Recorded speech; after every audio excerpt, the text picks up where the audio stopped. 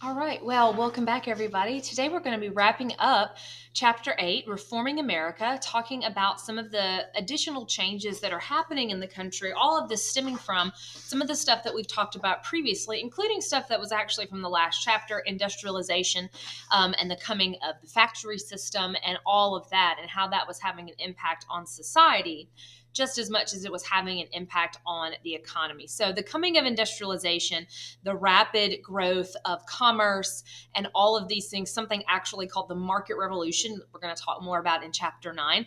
All of that is completely changing just average daily life for a lot of Americans. And we talked about this a little bit also with our look at women in the previous section, how this meant that the household looked and worked differently, at least for middle to upper class Americans. Today, we're going to continue looking at that change and also how it even changed life really extremely for lower class Americans, to those people who are going to be working in those factories that are doing that manual factory labor. And we're going to be talking today about the very, very beginnings of a phenomenon, a movement that you're going to continue to see, particularly next year. And that is the growth of the labor movement and the plight of workers in these factories, the way that industry changes work and gives rise to a political movement, of course, of those workers seeking to better their situation. But first, let's talk about some of the other demographic changes and things that are all happening in this period, roughly about the 1820s to about 1850. All of this is contributing to industrialization as well as it is happening because of industrialization. So it's all a cyclical thing, in that both it's a cause but also a result of. So the workplace is very much changing, but also the America is changing. Where people live is changing. Where they go to do their work is changing. And what we're seeing as a result of, and partially because of, all of this rapid growth of industry and of trade and of commerce and industrialization is something called urbanization. Urban, of course, means in a city. So, if you talk about an urban area, you're talking about a city or a town, not the country, the opposite of rural. And so, the rapid growth of all this commerce and industry and the factories and all of those things is also going to spur the growth of cities. And that's what we mean by urbanization. And so, we're seeing the society become more urban, and that cities are growing tremendously. That includes some existing cities that have been around since the colonies, since places like New York and Philadelphia, but also some places that might have not even existed at the time of the Revolution, or may have just been, small little backwater little towns, places like Pittsburgh, places like Detroit, places like Chicago, Buffalo, Cleveland. Those are all places that are becoming major urban centers. A lot of that due to industrialization, because that's where a lot of factories were. And with the growth of the infrastructure, with roads and canals, and eventually even railroads starting to connect all of these places, making them more accessible, leading to economic growth, we're seeing a growth in cities and a growth in the number of people who live there. Now, to be clear, at this point in time, we are still at a point where the majority of Americans don't live in cities, and the majority of Americans still live in rural areas, but it is still certainly a big change, and it is still a big difference, and a lot more people living in those cities. And again, a lot of that directly related to industrialization, because as factories spring up, as factories grow, people are going to go to where the jobs are. We looked at some documents, or we might have looked at some documents depending on the year, talking about people leaving the family farm and going to the cities or going to the towns, trying to find work in factories, in the mills and the textile wheels and things like that, as a means of having a better life, that they saw this as a better way to make more money, to improve their situation, and maybe bring about more income for themselves, all those kinds of things. So urbanization is absolutely a big phenomenon that's taking place, particularly, of course, in the north and to some extent in the west. Obviously, urbanization is not going to be having that great of an impact on the south, that is going to remain largely agricultural and rural. Now, another reason for that urbanization that's taking place, and something that is also fueling industrialization at the time, is this is also a moment in which immigration to the United States has been dramatically increased. Immigration, of course, meaning people moving to the United States and coming and settling in the United States. Now, the immigration to the United States had always been a constant thing, but the War of 1812 had kind of slowed that down. And so you had not seen, immigration had really slowed to quite a crawl in the early 19th century. So it had been very, very slow because there were so many problems in Europe. The Napoleonic Wars prevented a lot of people from escaping, had restricted a lot of European travel. But after the Napoleonic Wars, and then after also because of some economic changes, particularly economic depression throughout Europe, a big economic slump, that accelerates immigration to the United States. So, particularly because of a lot of economic troubles, some of you are familiar with the potato famine in Ireland. Had a very, very prolonged depression, and that led to a very prolonged depression, and that leads to a massive wave of immigration. There's two big surges of immigration in the 19th century, and the first one is this one that we're talking about that occurs 1830s, 1840s, and then eventually tapers off by 1850 or so. As you can see here, and I know you can't quite see all the years, but if you can just use your imagination about what these years are, you can see it jump significantly right there, probably in the 1830s and 40s, this dramatic increase. And this is just showing us Irish immigrants. So there had only been, relatively speaking, a small number of immigrants coming to the United States in the early part of the 19th century. And then between its peak in about 1845 to 1854, probably about 2.4 million immigrants come to the shores of the United States, which is a significant increase, as you can see here. Now, again, the reasons for immigrants coming to the United States, it's a lot of the same things we've seen before, opportunity, economic opportunity in particular, because this is when industrialization is taking off in the United States. So there were abundant factory jobs. This is why this population of cities is growing. And not only was it people moving away from the rural areas and moving to the cities for jobs, it is also immigrants coming and living in those cities as well. So there are huge numbers of people that are moving to the cities for those reasons, and immigration is one of them. But again, a lot of the economic trouble in Europe prompts a lot of this immigration. So let's talk a little bit about these immigrants. These immigrants coming over in this period were largely from Western Europe. So they're overwhelmingly English, French, and Irish. The Irish being the largest group by far. The absolute largest group of immigrants coming to the United States in this period were Irish. They make up roughly about half of the immigrant population in this period. As I mentioned before, Ireland had been particularly hit hard by a lot of the economic troubles. There was, of course, the potato famine, which oftentimes I find sometimes gets portrayed almost as comical for some reason. But we should remember that this was truly devastating, that this prolonged famine and the economic collapse that led to, that killed more than 1 million people over the span of several years throughout Ireland, people starving to death. So while we sometimes, I don't know if it's because it's a potato famine that somehow makes it funny to people, but it wasn't funny. And that prolonged depression was, of course, leading a lot of people to come to the United States to seek better opportunities, to seek work, to seek better homes, to seek that, so-called American dream that we all hear about. So these Irish immigrants make up a significant amount of these immigrants coming to the United States at this point. They make up, I think I said earlier, about half. It's really probably a little less than half, but still more than 40% of the immigrant population. Most of Irish immigrants were also quite poor. So these are immigrants that, for the most part, were tenant farmers. They were not landowners. They were poor people coming to the United States to try to, make a life.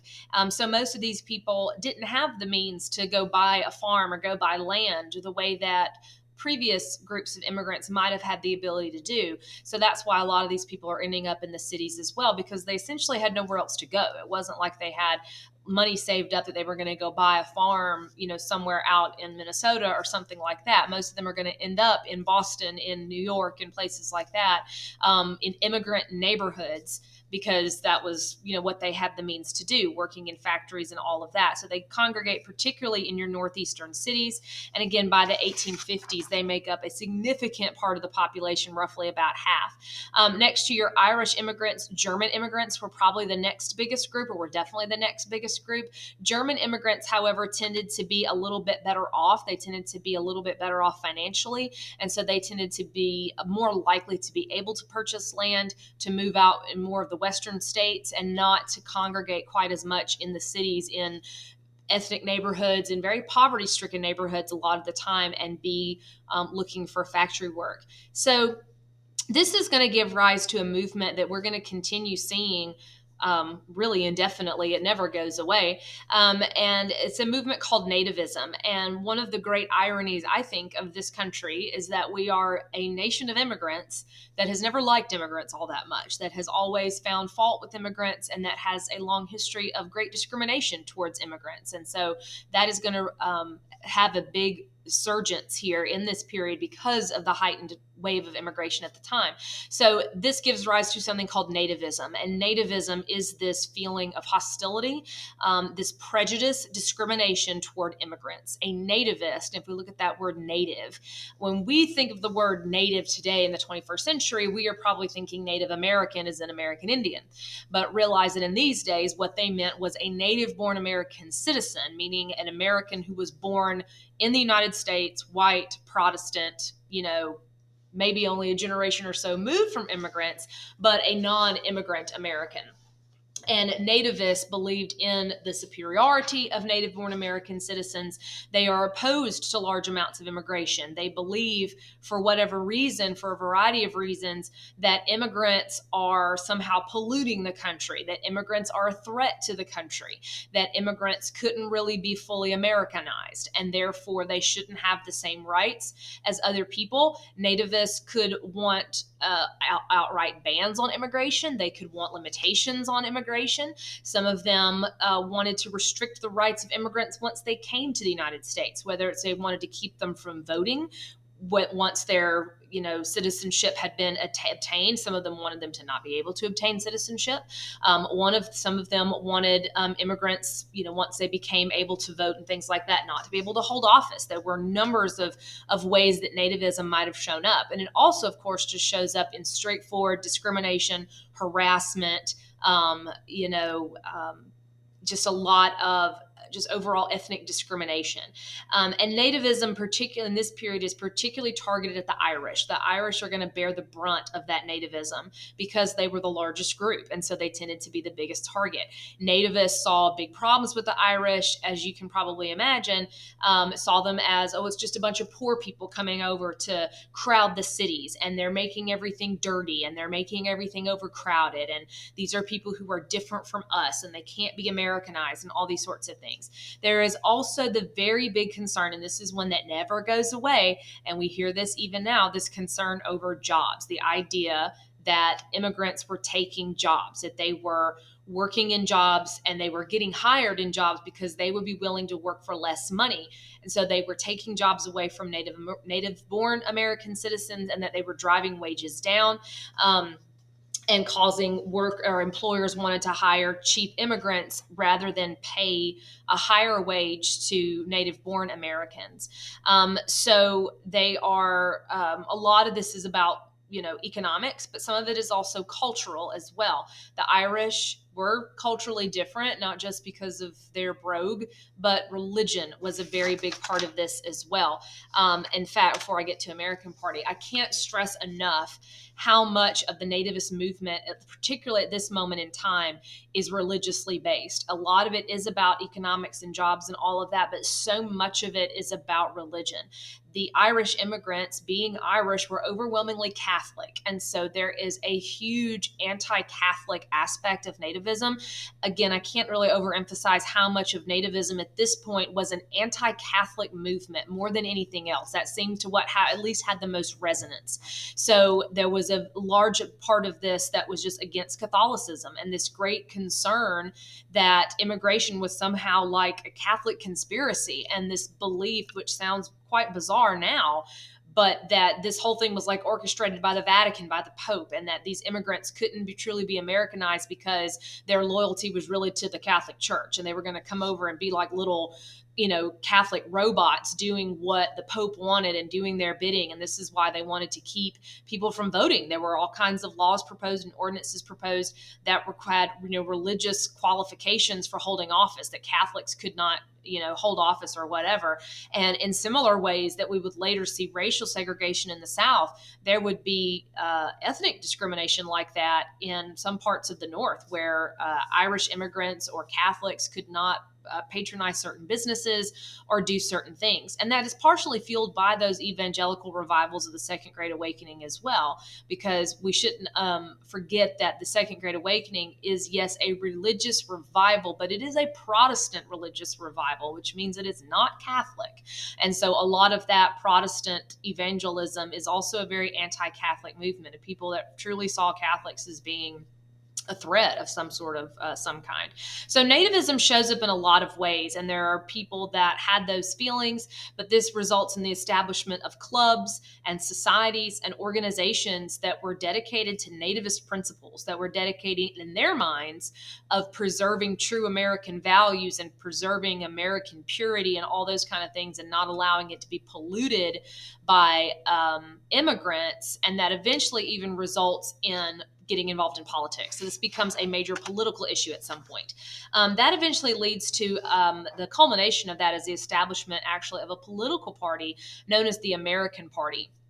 So the American Party is a political party. It is a third party, which you might call, or a fringe party. So this is in addition to your Democrats and Whigs, or Republicans and Democrats, depending on when you're talking about, that gained a lot of steam, particularly in the North. And the American Party was based on these issues of nativism. And the American Party supported nativist policies like immigration restrictions, immigration bans, religious tests for holding office, keeping immigrants from ever being able to vote, delaying the process of becoming citizens, all those sorts of things, as well as just outright, discrimination and harassment and, just overall nastiness. And you can see by calling themselves the American Party, they try to invoke that patriotic spirit, or like you have this, this Native Americans, meaning white Protestants born in America, not meaning American Indians, beware of foreign influence. We don't want to be corrupted by influence from outside, all those sorts of ideas. The American Party actually started as like a secret society, which is why their nickname was the Know Nothing. So another name for the American Party that you'll want to know, because you may see this from time to time, was the Know Nothings, is what people called them. Not necessarily commenting on their intelligence, but a lot of these groups started out, like the American Party, as secretive organizations. The American Party, before it actually gets involved in politics and is running candidates for office on these anti-immigration principles, was a secret society called the Order of the Star-Spangled Banner. But since it was a secret society, they didn't go around publishing and telling everybody when their meetings were or who all was involved in it. So the story was, if you went up and asked somebody about it, or if there was someone that you suspected was involved in it, or a member, and you asked them something, they would always reply Know Nothing, because they were trying to be secretive. So that's where they get that name. But the Know Nothing Party, while it never becomes a major party, it does have significant support, particularly in a lot of local elections, but mainly in the North. You're mostly going to see this in the North, particularly the Northeast, because those were the places that were experiencing large amounts of immigration. And so that's where you would have seen more people that had a problem with it and that wanted to stop it. So you won't see the Know Nothing Party gaining a lot of ground in the West. You won't see the Know Nothing Party gaining a lot of ground in the South, because that's not where a lot of immigration was taking place. There was some, to be sure, but mostly in the Northeast. And so that becomes a big issue for a lot of Northeasterners, is this issue of immigration. And like I've already kind of been hinting at, don't forget about those things, because that issue never really seems to go away. And we'll see that nativist movement spring back up again in the later part of the 19th century, when we see a second wave of immigration and industrialization that are occurring. Now, getting back to industrialization and how that was changing things for a lot of people, this meant, a lot of good things, a lot of bad things. Some people found a way to profit and make a better life for themselves because of industrialization. We looked a little bit in the previous section that this provided a lot of opportunity for middle class families, upper class families to have a much higher standard of living, to be able to afford nicer homes. It meant more consumer goods available to people at lower prices. So some people were able to benefit, a lot of people were able to, in some way, benefit from industrialization. And it did make a lot of people's lives a lot easier in some ways, and a lot more comfortable in some ways. But there are also those, of course, that's lives may not have necessarily been made better, and their lives and their work might have been made less comfortable by industrialization. So while this does provide a lot of opportunity for a lot of people to make a lot of money, it also provides opportunity for some people to find themselves in working conditions that were quite deplorable. So let's talk about the plight of those industrial laborers, not the people who own the factories, who are investing in them and getting rich off of them, but the people who are actually doing that work, operating those machines, those sort of bottom of the barrel kind of folks that are moving to these cities to work in these factories. Now, at first, a lot of evidence suggests that in the very, very earliest of days of the factory movement of industrialization, industrial laborers might have seen this as, making a lot of progress when these industries were very, very small. There probably was, and a lot of evidence does suggest that there was kind of a tighter relationship between employers and their workers. There was more of a sense of community. There was more of a sense of the factory owner and the management looking out for their workers and trying to provide for them and creating this kind of idealistic situation where the workers were cared for. They had places to sleep, they got meals, all those sorts of things. But as time goes on and industries get bigger and profits get bigger, that relationship starts to deteriorate, and there's far more distance between factory owners and factory workers.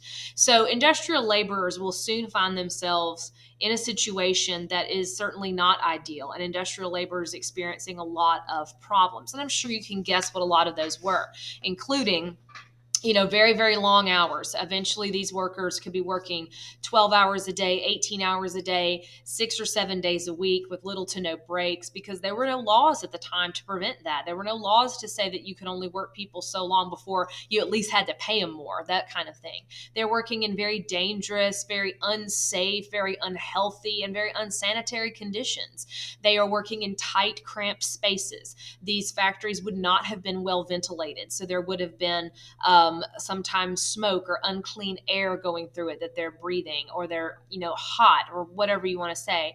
The machinery that they work around could be dangerous, and there were no laws about that. There were no laws about places had to be clean or sanitary. There was no laws about, or any kind of regulations about safety in the workplace, and employers are certainly not making any kind of investment to make sure that the workplace is safe, or that there is training or safety protocols or anything like that.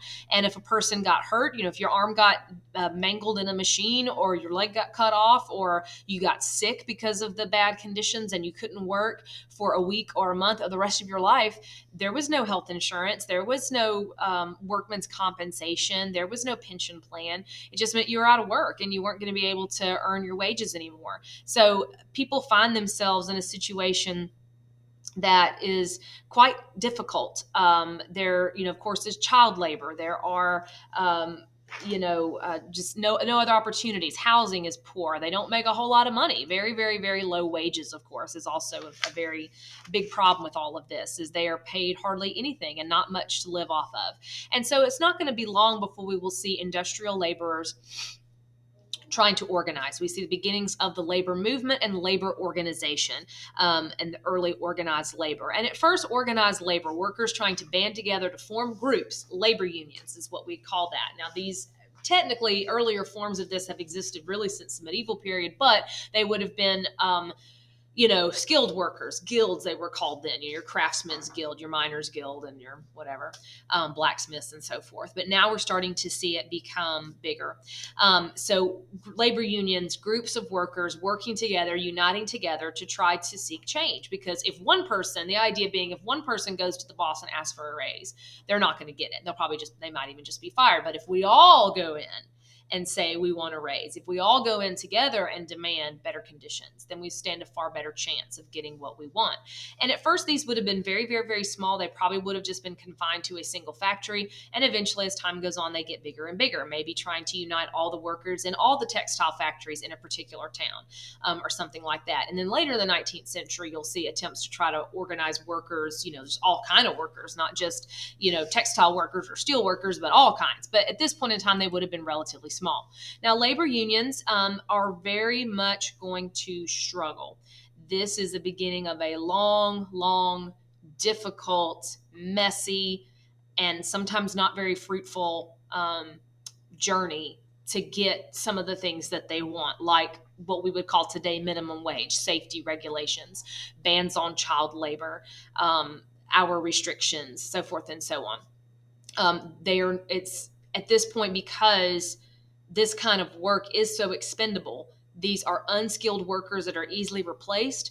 We are in the middle of a major immigration boom, which means that workers can easily just dismiss workers for asking for anything better. So a lot of it is just not very effective at this time. Labor unions, of course, use negotiation tactics, but the one that probably comes to our mind most of the time is going on strike. A strike, of course, being when workers refuse to work until their demands are met, until their pay is raised, or until they get more better housing for the workers, or shorter hours, or something like that. Strikes are the thing that we probably think of the most, but they're actually probably the least common because they're not very effective, certainly not in this day and age. So strikes are sometimes used, but they don't work really, really well. Certainly not at this time. There are not hardly many examples at all of labor unions getting what they wanted due to striking at this point. It was really used as a last resort, and because it doesn't work very much. The reason being is that strikes were so easily broken because, as I was saying a moment ago, these workers are pretty expendable. They don't have specific skills that require a whole lot of training or education. You're in the middle of a huge population boom, mainly because of immigration, and those immigrants were willing to work for less money. This is one of the reasons a lot of people did not like immigrants, and this is a big problem for the labor movement, is that they tend to be also very anti-immigrant because they saw immigrants as a threat to their jobs. Strikes are also not just easily breakable because you could just hire other people, which, by the way, before I get too far ahead of myself, those people are often called scabs. So scabs were strike breakers. These are the people that would be hired, replacement workers, basically, people that would be hired to break the strike. And this is a big reason why strikes don't really work that much in this period, because there were so many options to hire scabs. Those scabs tend to be immigrants. They're not always immigrants, but they are overwhelmingly immigrants because there were so many of them that were looking for any kind of work and were willing to work for lower wages, were willing to work in poor conditions, all those sorts of things. So this is another thing. This is part of that nativism.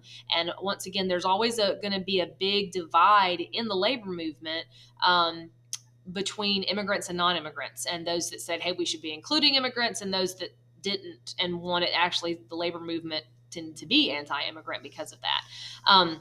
So the scabs are a reason why labor union activity oftentimes doesn't work, particularly strikes. But it's not just that. There's also a lot of legal roadblocks here. A lot of times what happens, particularly in this time, is that strikes would just simply be declared illegal. Congresses or state legislatures would pass laws to say strikes were illegal, that you couldn't do it, that there was an illegal conspiracy for workers to go on strike, and strikers could just be arrested. And there were injunctions against labor unions. Labor unions themselves, not just their tactics like striking, but labor unions themselves are often being declared illegal conspiracies, and people would be fired or not hired just for even being involved in one. If there's any kind of talk of organization, is there any kind of talk of a union, any kind of talk of a strike or a walkout or any kind of union activity, workers would often be fired for that. And the law just isn't on their side in this period, and it's not going to be for a long time. And that's, so we can't forget that for workers like this, a lot of what they're fighting for isn't just better pay, and it isn't just better conditions, and it isn't just safety and health. It is the right to exist. It is the right to organize. The right to have labor unions, the right to be in a labor union and to associate with that and not have that affect your job.